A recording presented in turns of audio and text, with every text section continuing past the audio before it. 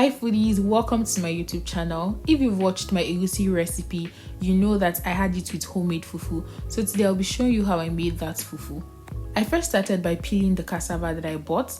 So if you've never bought cassava before like me, I'll advise you just get a lot. So I don't know how to pick cassava, to be honest. I just went with the ones that felt firm, but a lot of them were still spoiled. I don't know how. So anyways, you're going to now cut your cassava like this, like into chunks, so it's easier to peel. Then you're going to put your knife through it as if you want to cut it into two, but you're not going all the way into the center. You're not going to go that deep. Then you're going to put your knife under that line that you have made, and then you're going to go round under the skin. You're just going to go round like that until you have peeled the cassava. This is the easiest way to peel it. And you guys, please be very careful because cassava is hard and you can easily injure yourself. You can easily cut your hand, so please be very careful. So can you imagine that from all that cassava that I bought, this is the only one that was good? You see that bag, it just had a lot of spoiled cassava. Anyways, I went on to now divide my cassava into like two and some into quarters, just so that it's easier for it to ferment, because we're going to let this thing ferment. Next, you're going to wash the cassava. I've heard that cassava contains I think it can be poisonous, like if it's not properly washed and fermented.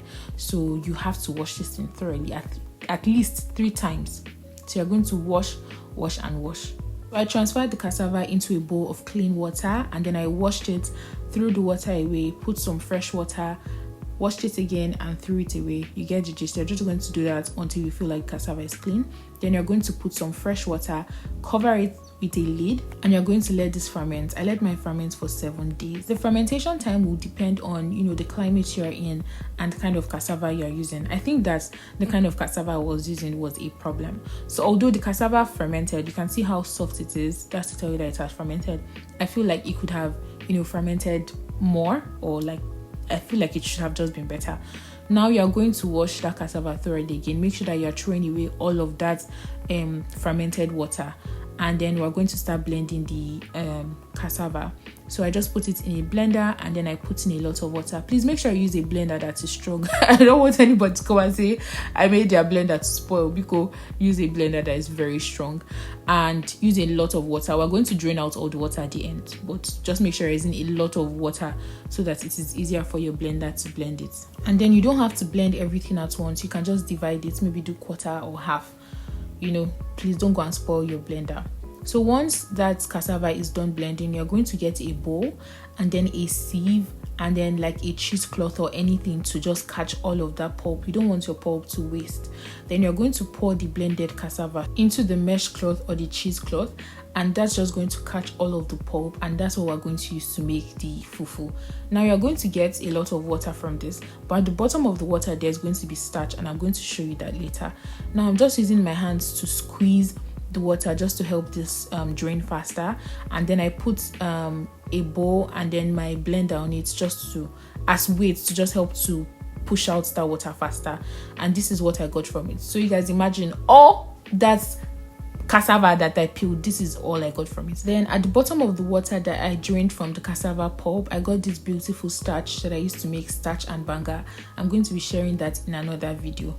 Now I transferred all the pulp into a pot, and I added some clean water, and then I started to mix that. You guys just get ready. You're going to need some muscle power for this next step in making the actual fufu. You are going to be mixing, or should I say stirring, beating everything as if you are making semo or amala. You're just going to keep mixing this thing, beating, and you're going to notice the color of your fufu will change several times during this process. So first we started with a very chalky white, then it graduated to a normal white, then it transferred to this color that looks like semo, but it's not yet ready. You're going to keep stirring it, stirring. You guys look, if I enter any amala or anything mixed in competition, I'll win. It's been so long that I made semo, and I was so happy to make this thing.